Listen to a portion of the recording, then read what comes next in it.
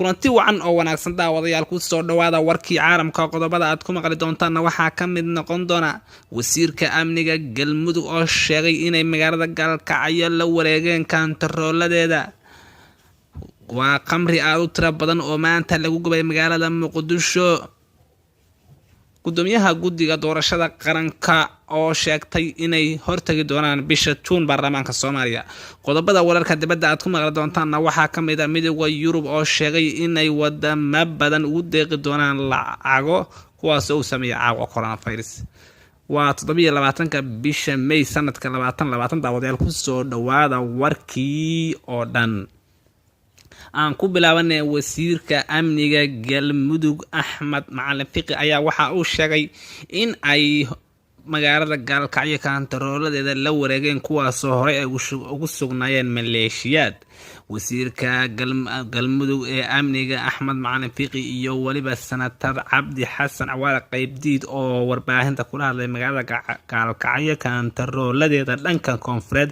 ayaa waxa ay sheegeen in ay la wareegeen kantaroolada soo galayay oo ilaa 3 gaaraya kuwaas oo ay sameeyeen ciidamo u gaar ah oo kantarooladaasi amaankooda suga waxaana halkaas hore u sugnaa ciidamo maleeshiyada Axmed Macalin Fiqi iyo senator Qaybdiid ayaa waxa ay maalmahaba ku sugnaayeen magaalada Gaalkacyo iyagoo sheegay inay la wareegeen ciidamo maleeshiyada kuwaas oo ka mid noqon doona ciidamada daraawiishta galmudug booliiska gobolka Banaadir iyo maamulka dekedda magaalada Muqdisho ayaa maanta waxa ay gubeen khamri aad u tiro badan qamrigan oo dekedda Muqdisho ka soo degay oo ahaa container ayaa waxa lagu gubay magaalada Muqdisho waxaana halkaas warbaahinta kula hadlay maamulka dekedda magaalada Muqdisho iyo waliba taliyaha bariga cashuuraha waa ninka lagu magacaabo Cabdullaahi Bariste ayaa waxa ay sheegeen inay guud ahaanba qamrigaasi gubeen dadka wadana ay ka soo horjeedaan waxayna digniin u direen dadka soo dejinaya khamriga oo uu sheegay inuu mamnuuc ka yahay Soomaaliya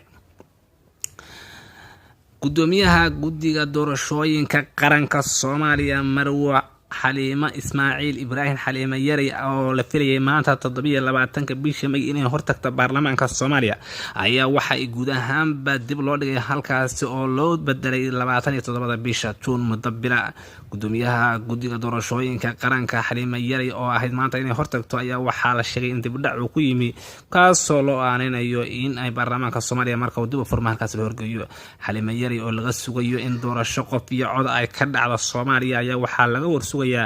in ay dadka u cadeyso 27 bisha Juun meesha ay doorashadu ka dhacayso iyo qaabka ay noqonayso qodobada wararka dibaddana waxaa ka mid noqon doona gudoomiyaha midowga Yurub haweeneyda lagu magacaabo Ursula